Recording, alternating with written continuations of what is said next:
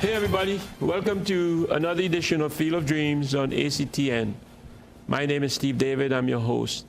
Today I want to talk about special players in the past and present, and some of the upcoming future stars that we're gonna run into or see in years to come. So sit back and let me introduce the panel who is going to help me bring this to you, and we go from there. To my left, I've got Alvin Henderson. Welcome to the set, Alvin. Always a pleasure to be here, Steve. And I'm always glad to have you, bud. Larry Joseph. Larry, welcome to the set. Always a pleasure, Steve. Thanks so very much for the invite. Right, and Pomerock season's coming up, Larry, and I'll come by you and we can have some Pomerock, man. I'll lock my gate. I appreciate that so much. Clayton Morris. Clayton, welcome to the set. Mr. David, it's a pleasure being here. I like how you call him Mr. David. That's good. You appreciate the seniority. And Narada Wilson. Narada, welcome to the set. Well, based on seniority, I'll have to say everybody's Mr. So it's a pleasure to be here, Mr. David, and everyone else. And that's why we have you at the end. So you fall off. All right. So, teams, we have teams of the past, teams of the present, and I always say in every team there is a couple drivers of the bus who carries the team. Correct. And then we have some mediocre, some assistant, and then the rest is filling. But the filling doesn't know they're filling. They feel they're special as well. And they are special because they're filling in the right spots. Everybody has a spot. But I want to talk about the drivers, the guys who carries the team. The guys who, if they don't play, the team could still win, but there's a chance that they may not. So let's talk about some of these in past, present, and future. So let me throw out one team because I have Clayton and Larry here, and Alvin and myself would have seen them, and Narada. So I want to talk about that Trintok team that was so special with all these stars. Maybe they had a lot more bus drivers than one. So let me start with that. I think for our team, I don't think we can restrict the drivers to just 2 or even 3, because as the whole compilation of that Trintok team really was an amalgamation of budding youth players as well as established or establishing national quality players. So that when we did get together in the 80s, what we really had was the potential to become, and which we did, a legendary team in the 80s. So when I got there, I met players like Philbert Jones, who got onto the national team afterwards. And very soon after, Clayton came, another established national player. So we had people like Adrian Fonrose, who I met, who carried the Trintok team previous to me coming here. Adrian was a goal scorer par excellence. Matter of fact, I think he scored something like 71 goals in one season in the South Zone. I don't think that record has ever been eclipsed. Maybe the doc might be able to correct me. No, that has never been. Never. 71 goals one player scored in a season. And Adrian was a fantastic forward, a real goal scorer after the template of you, Steve. Very speedy. We used to call him Saddlehead because his head was shaped like a saddle, and he put it up in the air and he would get it there and he would score. And when I got across to Trintok, meeting somebody like Adrian Fonrose, Philbert Jones, Clayton came, I was there, then we had Brian Williams came, Bulty Noel came, Anthony Street, we had Dean Philbert, we had Larry George. You had Russell Atterby as well? Russell came, Ainsley Week, Foston came, Stuart Charles came. You had Issa as well. Well, yeah, Issa was there. So our team really didn't have one bus driver. Let's just say we could put anybody to drive the bus. Garnet Craig. Garnet Craig played with us. For a period. I mean, we were star-studded. I mean, at one time, we had like about 12 or 13 12 national players on Trinidad Ryan team. Williams. You know, so with that being said, you could understand why we were so successful during that 80 period. I remember when we were going to villages to play, because in those days, you know, it was National League. So when you go, and I mean, when the Trinidad, because we had our own bus, the company bus. When we pulled up in these communities and the people just saw the bus coming in, I mean, to see their reaction, because they would read these newspaper reports about the previous game, how we had beat our side 6 or 7-0. So we were, to these villagers, I mean, we were players who they wanted to see, you know. So our team really was a mixture or a combination of established and establishing players. So we really didn't have any one driver. I mean, to me, although if I were to point to two people, when Clayton came to Trinidad, Clayton definitely raised the level of the Trinidad tremendously. I mean, you had somebody who playing in his position as sweeper, right, who was able to read the game, dictate the game, and he was so unflappable. Clayton was an absolute leader of men on the field. Right. When he came, you know, we were talented, a whole bunch of us were talented and skillful. But when Clayton came, Clayton took all of us and put us in a position where we could harness our abilities on the field, right, and be able to ensure that we kept the performance at a certain level, you know. So I would have to say when Clayton came to Trinidad, he brought a different level of performance to the team. You got a captain. We did, yes. That's yes. what it was. Yeah, I would say that while he was there, he was the driver. Although if he could always say, look, I'm taking a break on somebody else, but he definitely was the undisputed driver while he was there. I didn't know maybe or perhaps about that. Larry, I think we're forgetting, and in my opinion, this person was truly the driver, because when I coached against Trinidad, in your later years, because of I knew Issa's philosophy, we tried to eliminate Clayton and yourself from being in possession of the ball, because we wanted, in fact, I used to try to get somebody on Clayton so we couldn't revolve the ball around Clayton and let Ainsley Weeks carry the ball, because he couldn't carry it so well. And then from previous incarcerations of the Trinidad team, Larry fitted the mold afterwards of following Leroy Span. And we used to go, Leroy Span was a driver of that team. And Leroy Span, Issa put Larry Joseph as in the same role that Leroy Span had. And coaching against them, keep the ball out of Clayton's, from his feet in the back, so he couldn't spread it around and change the side.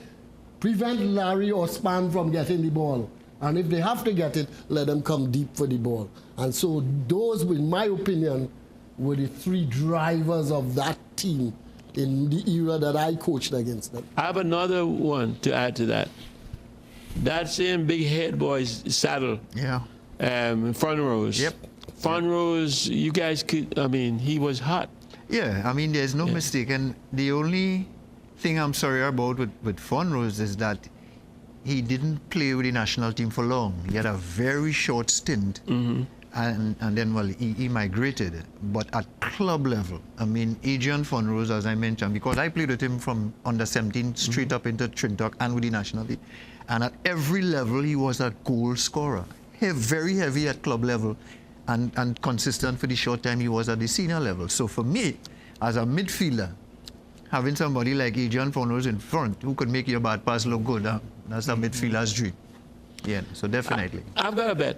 I'm going to ask Narada to name any team that he thinks he wants to talk about.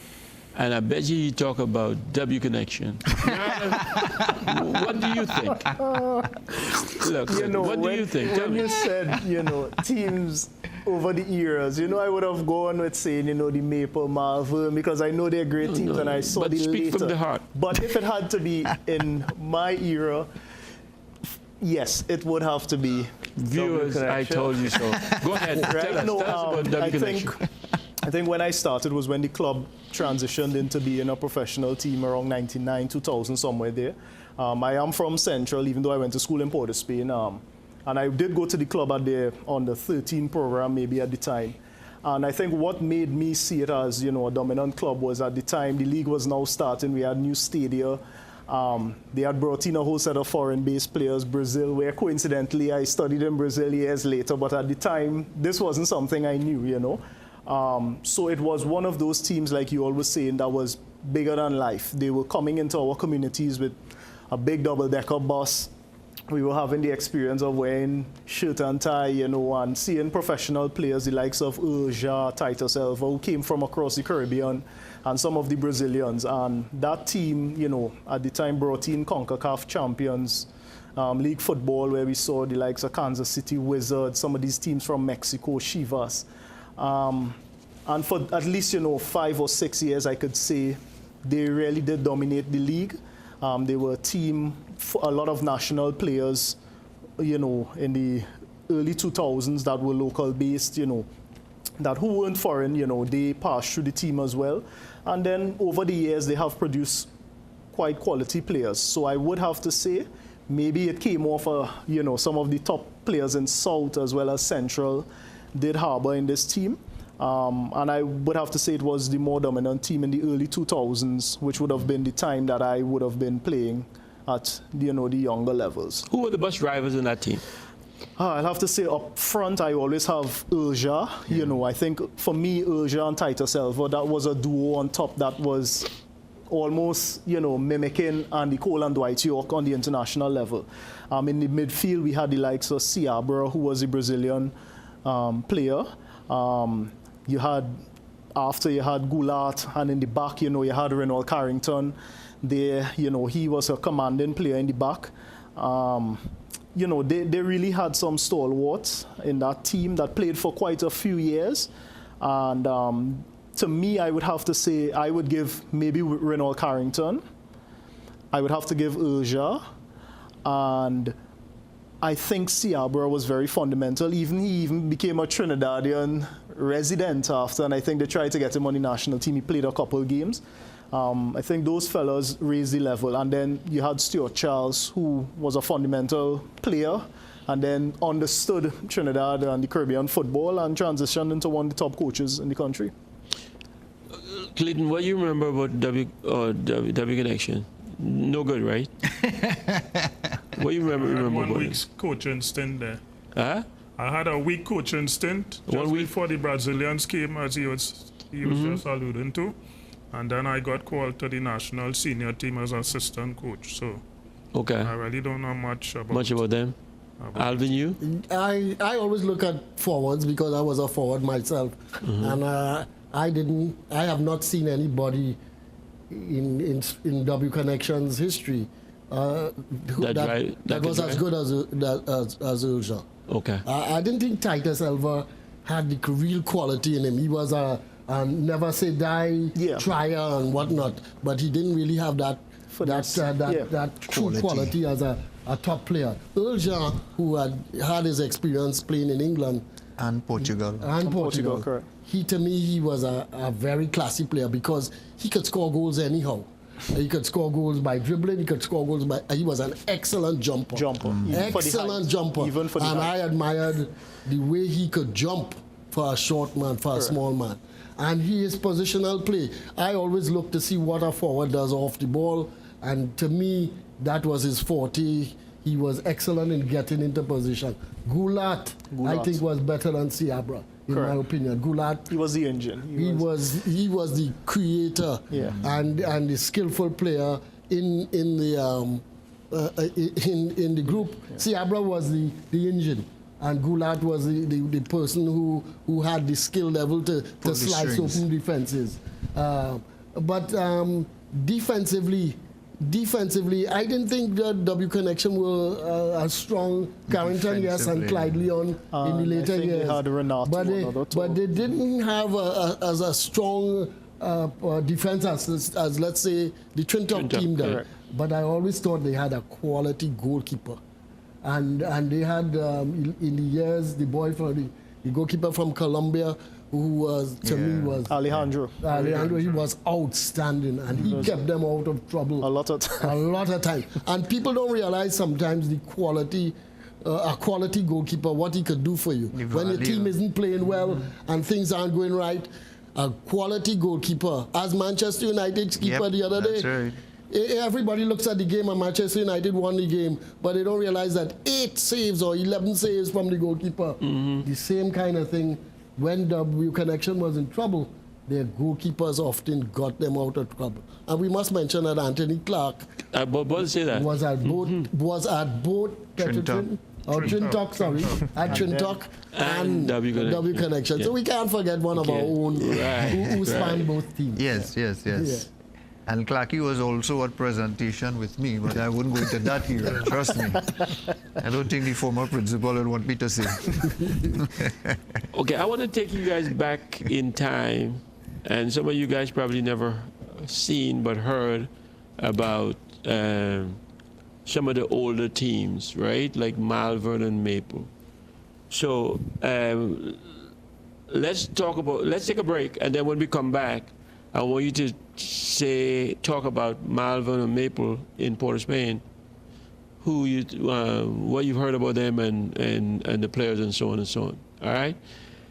Viewers, we'll be right back after this short break.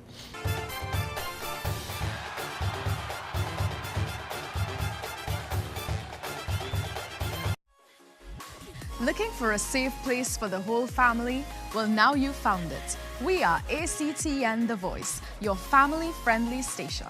Whether it's current affairs, kids and classic TV, sport and community features, Christian and music programming, plus so much more, ACTN is the station for you. Join us each day for programming that puts morals, values, and family first. We are ACTN The Voice, your family-friendly station.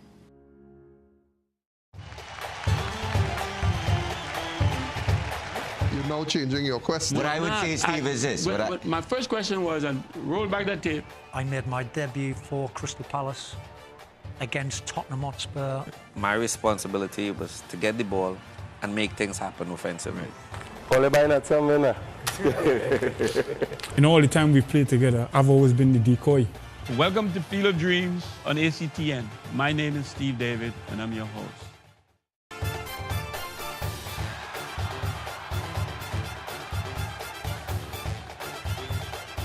Okay, welcome back, viewers. Guys, before the break, we were talking about, I said that when we come back, we would take it to Port of Spain Football League with Malvern and Maple, who was the glory teams to me.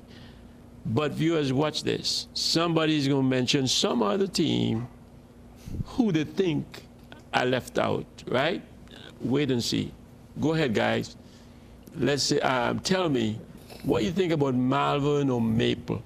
I just want to start before Doc, only because my input is the least. I have been going to the Malvern Maple every year for the last couple of years. Right. And if a team could have over 70 years of history and bring out that sort of support still, and I have all these guys talking about all these great days, you know, I really believe that is one of the most important teams or rivalry in Trinidad and Tobago football, or even in the Caribbean it might even reach. So I hope you all could take me through those times. I know most of the players who have met over the years, but I think it's very important in our football. Right. Now, So I will talk a little bit about Malvern and Maple in the 60s, but their history dates back all the way into the 20s. Malvern and Maple have been the two outstanding teams of our football association way back in the 20s, and Malvern actually had a forward line in the 50s where the whole forward line from Malvern played for Trinidad national team. And in those days, you played 5 forwards. So, and all of them played for the Trinidad national team.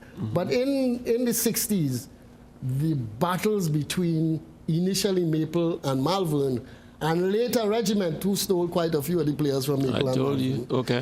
I told you, you will mention somebody. The battles made us, even when we were practicing or nearby, we would run from our practice, run over to the Oval to watch a Mabel-Malvern clash. And in those days, it was only 60 minutes of football.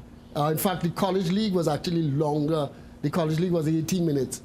But football was only 60 minutes. FIFA extended it to 90 minutes. But Trinidad, because there were no lights, Trinidad had to keep it at 60 minutes for the games to finish. And it was, in those days, 60 minutes of battle. And the players that I remember that I saw, and eventually a number of them playing on the national team from the Malvern team, was, in my opinion, Carlton Franco, a general. Yeah. I saw him when he was playing in front in the Savannah. Carlton Franco, Tim Lampkin, who later went on to the regiment. Jap Brown, another Malvernite, who was an excellent crosser of the ball, scored goals from corners as if it was nothing. In some games, if you were leading 2-0 late in the game and 2 or 3 corners Malvern got, you had to watch out for the 3 balls swerving into the back of the net from the corner from Jap Brown. Jap Brown was an excellent player. From the Maple team, Maple had at least 5 or 6 quality players who all played on the national team at the same time. Alvin Cornell, Andy Al-Young, Sedley Joseph, Lincoln Phillips, goalkeeper, went on to the regiment. And those players were the key solid players who played in those many battles between Maple and Malvern in the 60s, which we grew up with and tried to get any hole that we could look through in our fence to be able to see them. Afterwards, the regiment with Lincoln Phillips, Jerry Brown, and later Kenny Joseph and some of the other players who came from the south and joined the regiment. Mervyn, the goalkeeper, came from your school, Benedict's. That was a team that was admired and took over until some of the players got professional contracts and went abroad. You call all those names, you didn't call Buggy Haynes. Oh, I had to call Buggy. How could I forget? I thought Buggy. How could I forget Buggy, who I patterned a lot of my football against? Buggy, right. Forgive me, please. Yeah. But Buggy, I always used to call him Buggy, who does not like to train Haynes. Yeah, right. Yeah. But Buggy was an instinctive player. Yeah. And trust me, I trained a lot with Buggy Haynes, and he didn't like to train. He always had a pull muscle. But instinctively was an excellent footballer and a goal scorer of quality. And Buggy, I forgive you. How could I not mention your name in the quality Malvern players of that era? What have you guys heard about those in that era? Have you heard anything in that era? Wine and white. Huh? Wine and white. White and white? That by the jersey, the stripe across. Yeah. I've heard of all those names that Doc has have mentioned. Right. And I used to do a lot of reading. I probably need to get back to it now. You know, just to try and capture from a book sense the impact these players had, you know. So in reading it and trying to put yourself in the crowd and looking at them playing, I mean, I could, in my imagination, I could just see these guys playing football the way it should be played, in a very skillful, tough atmosphere, not giving a quarter, respecting the opponent, but full of self-confidence that you're going to win today, you're going to beat your duels with the person on the other side, and a high level of skill. Because I always mention to people, I love whenever I'm in the presence of older players, past players, listening to them speak about those, to me, I mean, is priceless. It is priceless. Even sitting here and listening to the Doc talk about those eras gone by, I'm in a privileged position. So I always tell players in my time, I say the first time I hear the word shitong is when in my era. Right. Because I've never heard that word used to describe the performances of these players during their playing days. I think we were just perhaps... You know. No, but I think we were just perhaps polite because there were quite a few... No, but I think the principle is what I'm talking about. Yeah. You know, the fact is you hear so many players from so many teams that were so good. Not like in our days, Trinidad had 12 national players and the rest were just pulling up the rear. I mean, you Roman Malvern, Maple, Regiment, and I sure could call a few others, where you could pull 5 national players from each of these teams. And the 5th national player that I was trying to remember, and how could I forget, ex-Benedict's player who came up north to play, Bobby Sukram. And people will say the best East Indian player ever to play football in Trinidad and Tobago, and I don't think there's a claim to that yet. Yeah, but they were close, somebody close. Ellis Daffel. Ellis Daffel, who grew up with me in the thing, but Ellis didn't play as much national football. Right. Ellis played also with Maple.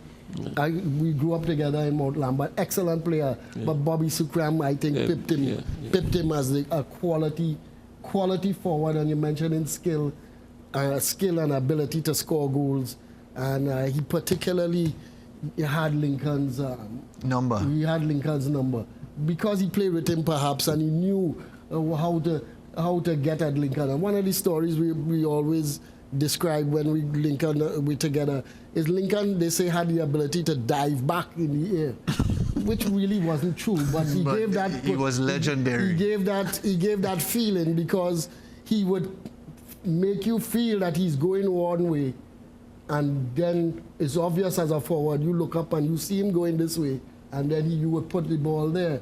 And so he would look like he's diving back in the air. Oh, he didn't really turn in the air? I thought he did. But Bobby Sukram, when Lincoln was turning back, he used to push the ball. A little toe punch by the side of his foot, and he's off balance, and the ball trickles into the net. So I have my hats off, Bobby Sukram, another one of those outstanding players with 6. And those days, they cut in from jerk strap waist down. I heard that. And they said either you pass or the ball pass, but not two of you. Yeah. And all of that kind of stuff, eh? Yeah. I remember I had a conversation, with Alvin Cornell. One of the times we were just chatting, and that's when he told me that he thought the best forward he ever saw play for Trinidad was you. I mean, when Alvin gives you a stamp of approval like that, I mean, you realize that is not just coming from, You had to pay for that. Yeah. And he also mentioned Bobby. He thought Bobby was outstanding. I mean, he thought Bobby was an outstanding forward, really, really outstanding. Probably didn't get at a national level. I don't know if I remember correctly. He thought Bobby didn't play as much as he should have at a national level or something. But in terms of forward, he thought Bobby was up there. Special. Yeah, I met Bobby long after his playing days in a work capacity, and I mean, Bobby is such a nice human being, very, very nice human being. Not like you, Steve. I know. Yeah, I know. Not like you. I think Steve is a little ruthless on the football field. Bobby would score a goal and come and party on the back. JB, tell us.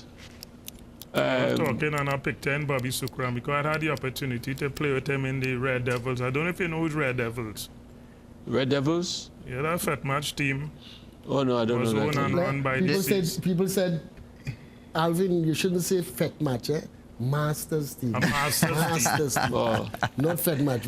We're not about fetting. Basically, Bobby used to work at Auto Rentals. Right. And Peter Stone, who is now deceased, he was the person in charge of that team, so he would call. That's why I say call like players, former national players at the time, right? Because Michael McCormick or Dwight York used to play, Latipi will come, and Bobby will come on for a little 10, 15 minutes, and I, as Doc was speaking just, I remember I can still do his thing. And I play the ball across from Bobby, bam, head in the goal, or you give him a give and go, you play it and he screen off, and very simple and effective. Yeah.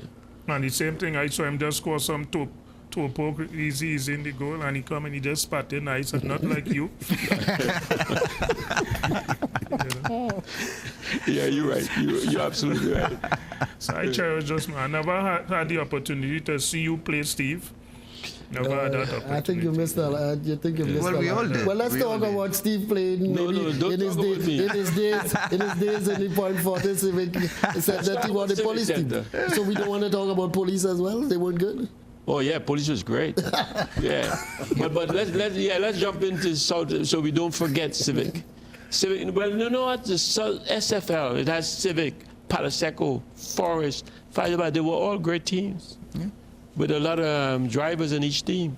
Well, But back let's in talk those about days, Civic. for a young player like me, as I mentioned, I mean, the stories that have been told, it sounded to me as if there was nobody who couldn't play.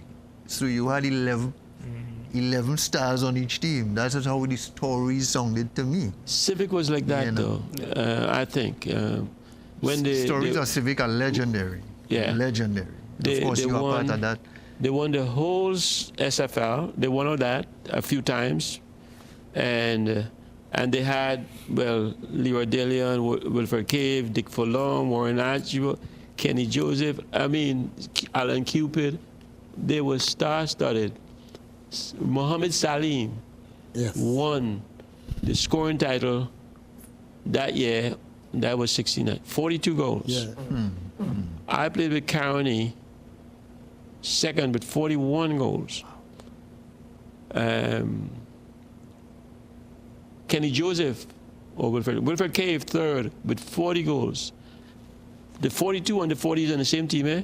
And then it have Kenny Joseph with 20 or 30 something goals on one team. That was Civic team. I played Caroni that year. So Civic was unbelievable. Steve, I've Great team. heard stories that you couldn't make Civic, so you had to go Caroni. Is there any truth? Exactly. That is true. Yeah. When I came out of school, right, came out of college, I had to go Caroni in 69 because I couldn't break into that team, right? Yeah, I No, Steve's not saying the truth. And let me tell you, I will tell you the truth is revealed here. Steve David, at age 16, was considered the best forward in Trinidad and Tobago. I know. 16 years old. At 16 years old. I know because I was in the top 3. Okay. And we were battling for position at that time. Steve David broke his leg. And Steve David disappeared from the scene for a little while after breaking his leg. And I don't know if he realized it, but we all realized it, that he disappeared from the scene when we were training for the national under-20 team, recovering from that broken leg. Right. Took longer than thought. And that is why he didn't have the natural transition from college to senior football that a lot of the others had. In my opinion, when I was playing, in my opinion, on that national under-20 team, I thought Keith Douglas, and that was his name at the time, later Mohammed Salim. Yeah. In my opinion, he was the best forward that I had seen play. Steve David later went on to become the best forward between 1970 and 1980. Well, the truth of that is there wasn't no room here for me, so I just went top here. There's all room on the top, right? No, I think you took a lot longer to recover from your broken leg than you felt. I just sat out for a year. Yes. I sat out. People don't sit out a year for a broken leg. He's a doctor, so I'll go with his problem. For a year, they don't sit out for a broken leg. I know, but I sat out. I just wanted to sit out. I never wanted, it's like a decision now. Do I play football or do I run track? So that was the whole... Yeah, because your family does have some athletic history also. Well, I used to run track, yeah. So, and that was it. That's why. Yeah. But, I mean... Then he came back. I got a SOS, Save Our Souls, so I came back, right? And played football. No, but that Civic team in that era that you had to watch, I mean, it's legend. The stories of that Civic team is legendary. Legendary. Wilfred Cave, Dick Fulham, Wilfred, I mean, Kenny Joseph, Leroy Delian. Leroy, I mean, in some people's eyes, still probably the best footballer to ever play for Trinidad, in some people's eyes. But we have to look at the 70s, the true 70s, the late 70s and early 80s, was ruled by Defense Force. Defense Force because of the regiment. Migration. The regiment now becoming Defense Force and the ability to bring players from the top teams into the Defense Force and the training systems and what was happening at the Defense Force. Defense Force accumulated the best players in the country. And I remember going on trips with the national team up the islands where 8 or 9 of the players and the manager, Ralph Brown, were all defense force players. Yeah. The defense force players were outstanding. In that era, Ron Lafferty, I remember being...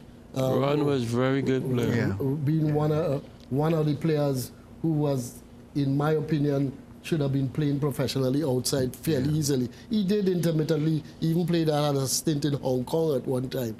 But Ron Lafferty was truly a top-class for sure. Professional. And there were many others from that regiment team who played in that, the defense force team. And they went on in the early 80s under Kenny Joseph as coach to become CONCACAF champions. Yeah. So that's not an easy thing to do, even at that time. Being a CONCACAF champion, I think Police made a final in the 80s as well. We made a first semis or something like that. It's not easy to reach that level. No. And the defense force team with outstanding individuals playing went on to become one of the best teams in the CONCACAF region. Yep. Yeah. You know, you guys didn't, and you guys probably don't know this, but I would help you guys, give you some experience. Shell in Port Fortin, when we were kids, with Delbert Charlo, Doyle Griffith, Henry Convey, and Macmillan, and these guys, they were so special, man. To me, they were bigger than life when I went and see them play. And so I just had to mention that because I think that's where we, the younger group, get all our motivation from. Pat Gomez and all goalkeeper, national keeper. Let's take a break. When we come back, I'll let you guys jump in with anything that any team or players that you want to, and we can take that to our last segment. Viewers, we'll be right back after the short break.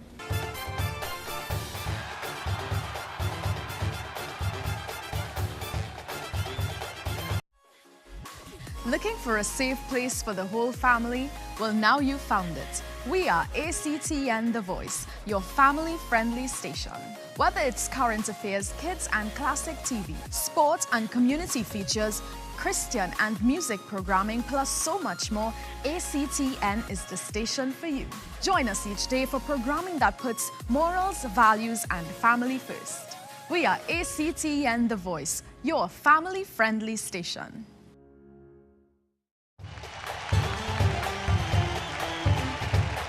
You're now changing your question. What I would say, Steve, is this. My first question was, and roll back that tape. I made my debut for Crystal Palace against Tottenham Hotspur. My responsibility was to get the ball and make things happen offensively. In all the time we've played together, I've always been the decoy. Welcome to Field of Dreams on ACTN. My name is Steve David, and I'm your host.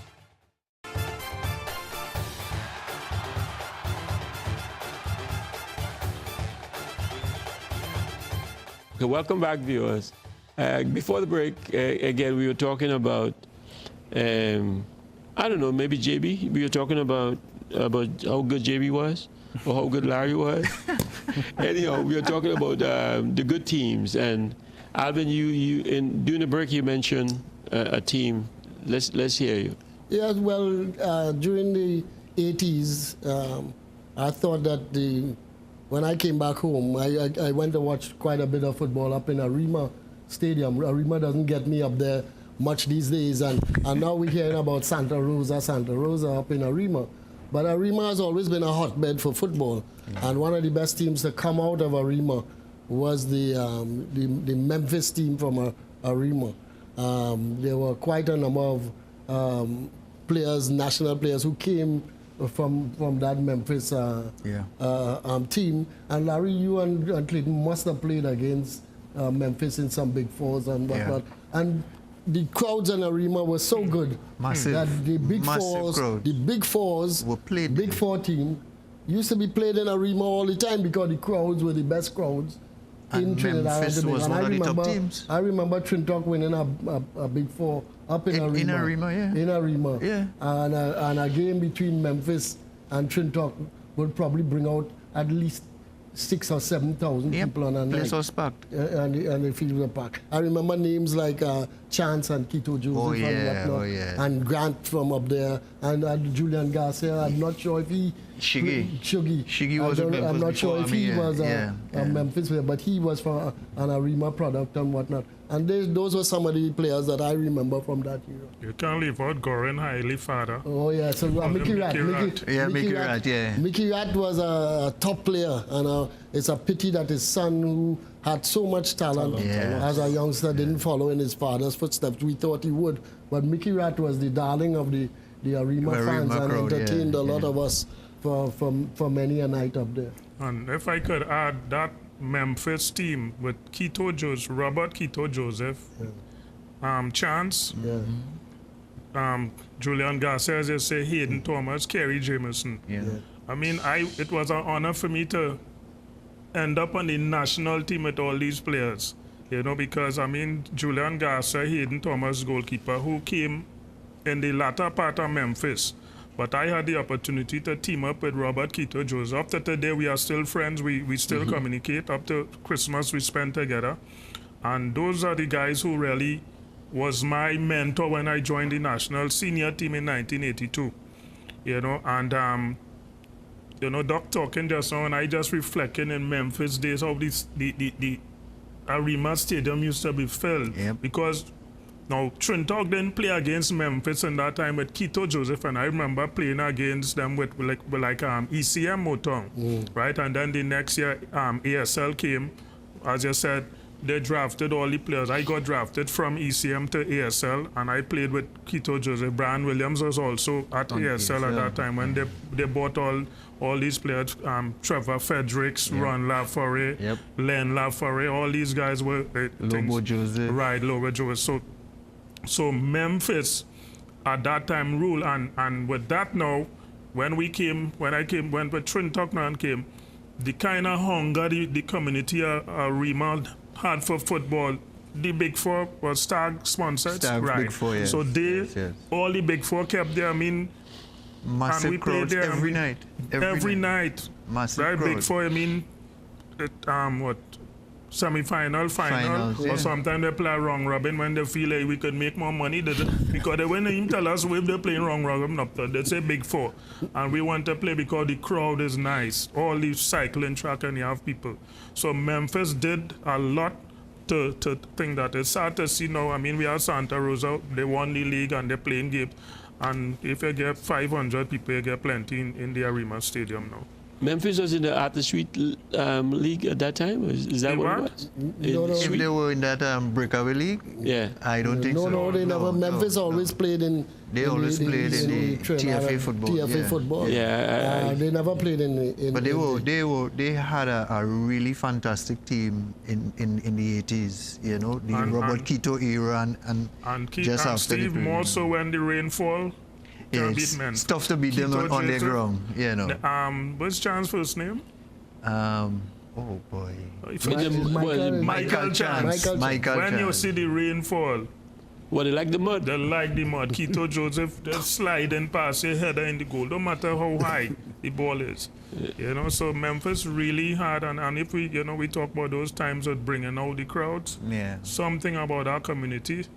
People just used to come out. I mean, Santa Rosa trying now, but it's difficult. It's not the product that you had in those days. It's sad to see. But again, Memphis team basically was from right around there. Whereas you find Santa Rosa players from all over the country, and I think that is part of the thing that you're not getting the community to come. They're still not feeling, hey, that is my team. I really think we feel if we could get back to those days where. You really get the community, but again, they want to feel that, hey, you born and grew up here, we coming out here, and not that you're coming from at the front. But don't you guys feel like, when I watch Shell, not Civic, Shell or Civic before my time, I thought those guys were bigger than life, man. Yeah, they were. Yeah. And then we came, but is it that we always look down like the players coming behind us is not as good? Well, that could be the ones before that us could was be so for great. another show, Steve, because we really need to drill down into a lot of aspects to make a pronouncement on what you're saying, you know. But I do agree with you in that when I was young growing up, the players that were before me, to me, they were larger than life. I mean, just to be on the same field with them for whatever reason, to me, was the highlight of my life. You know, the fact that I went on to be friends with some of them and maybe to play with some of them, well, of course, that's a dream come true. Just to divert a little bit while we were talking about Memphis, I remember Barataria ball players. And they had two drivers in our time that drove that Barataria team, Morris Alabi and Curtis Celestine, I think it was. Monkey Man. Monkey. Yeah, Monkey. Those were two players that drove that heavily supported community team, Barataria ball players, for a couple seasons in the 80s. That's another team in our time that had a lot of community support. And Morris Alabi, based on his performance, elevated to the national team, you know. And Monkey, Curtis Celestine, those two guys were terror in the front. Terror in the front. I remember that Barataria ball players team as we were talking there. And then we go down in the West Cookreet, you have the Eric White and the Denzel White. Yes. Those are the two who drive And the they Cookreet. actually played in Point Forte. Right. They played They did. They actually played with Civic Center. In the late After a while, yeah. In the 80s and 80s. Yeah. Middle 80s, because when I came down to Trinidad, Yes, I remember. They were the I remember, yeah, when Denzel was with Civic Center. I remember when Trinidad played them, they used to say the battle was between me and Denzel because when he held that ball, I mean, Denzel was magic. The thing is, they used to be blaming Bradford for bringing foreign players in Trinidad. They went and they brought Denzel White, Civic, and then it evened off because they say Bradford only bring foreigners. Well, Civic had a local team. So when Denzel came, that kind of eased the pressure eased off this is Richard Bradford. Oh, but Denzel was fantastic. Yeah, Denzel was fantastic. He never played national football to the tune that he should have been. His talent warranted many more years on the national team. And you don't know why. I don't know why, because I can't say that he was a ill-disciplined player or whatever, because national team had many more ill-disciplined players than a Denzel White. But I can't quite put a finger on it why he didn't play for the national team. And he gave such great performances. He was a in that same Mahika Oval. Yeah, he was a fantastic player. Yeah. Let me start Narada because he's fallen out of the boat here. But 5 years ago, when Civic came into the Pro League, correct. We played W Connection in Atto Boldon. Correct. I think I went that. Joven Jones. That's when I saw him for the first time. Yeah. I fell in love with that kid one time. Yeah. He got a ball up on the right side. He leaned with it, knocked it up the line with the left foot, and went right on the top of the box. And he got a 1-2, and he buried it. And then next half, he go down to the other end, and a ball come across the box. He drop his shoulder, and let the ball run across him, and then put it back in the net.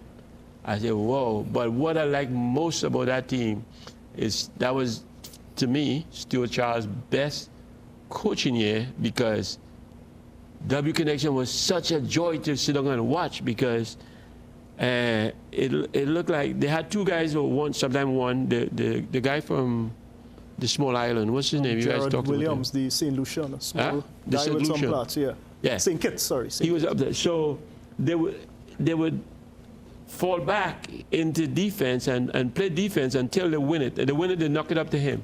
And then it's like a track meet with the midfield coming up to support him, man. That was like a joy to sit back and watch. If you see those 3 midfielders or 4 midfielders coming up like with everything they have to join in. And I thought that was Stuart's best coaching year, because that team was unbelievable to me. So Narada, having set you up to that, what you want to say about W? No, I think that particular year would have been a 2013-14 season maybe.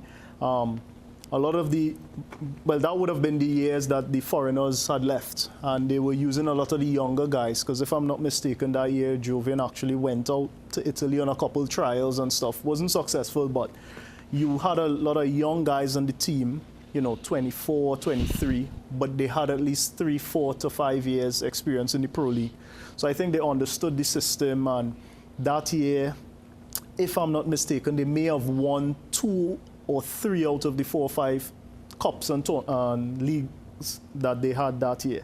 So it would have been one of their more successful years, using more locally or regional players than the years before, when they had the foreigners, the international players. And just as most of the successful teams that you all mentioned, you had at least 5 to 8 national team players. And I think that is like a recipe for great teams of great eras. You know, every time you name the Malvern, the Defence Force, you know, whether it be the Civic, they were always like 5 to 8 players that were playing on the national team. And I think that's what happened in that era.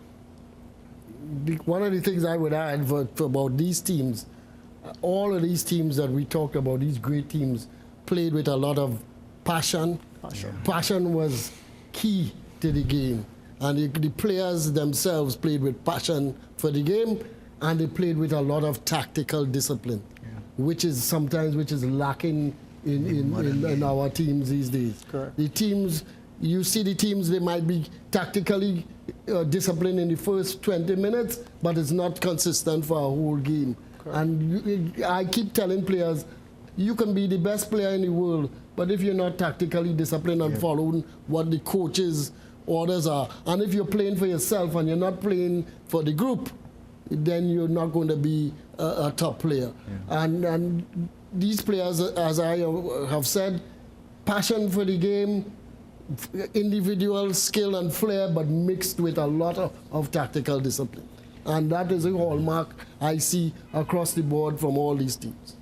And as I always tell, sorry Skip, I'll be very short, I've always told, well, mostly my sons when they're looking at the English league and stuff, when your team is behind, I always tell them, I say, big teams do not panic. You have to trust your system.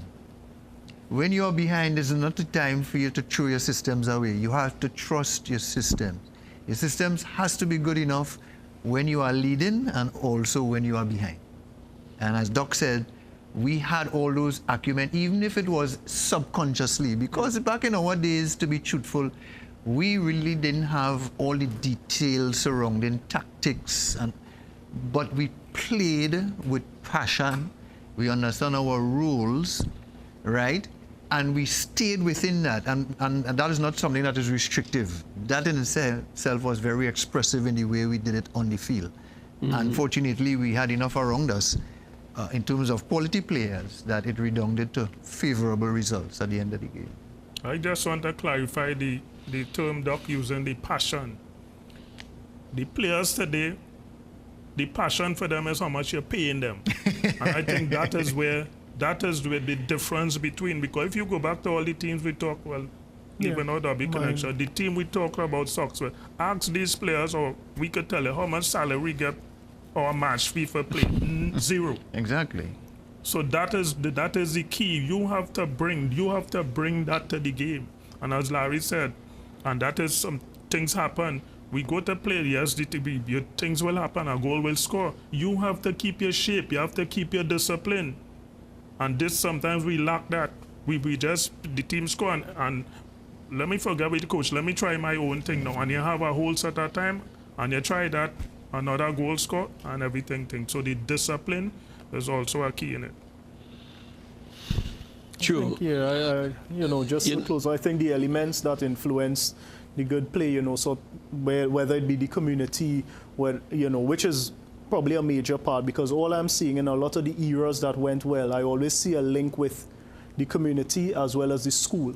So either right before or right after, you always saw success by a particular school. When Arima was doing well, they had an era where Arima Senior Com was a very top school. You had Benedict's, and then you had the North schools and stuff. So I think it's always connected to your community, and that is something that is very influential in football, taking away what salaries could have done. Okay, guys, I want to thank you guys so much for being here. I appreciate you guys so much. Thank you. I want to thank ACTN for giving us the opportunity. I want to thank our viewers for tuning in every Monday night. And don't forget, we do repeat on a Tuesday at 1 o'clock. our Facebook page is there. You can always check us out, and you can always drop us a line on fieldofdreamtt@gmail.com. The show is ended. Go in peace. My name is Steve David. See you next week. Good night.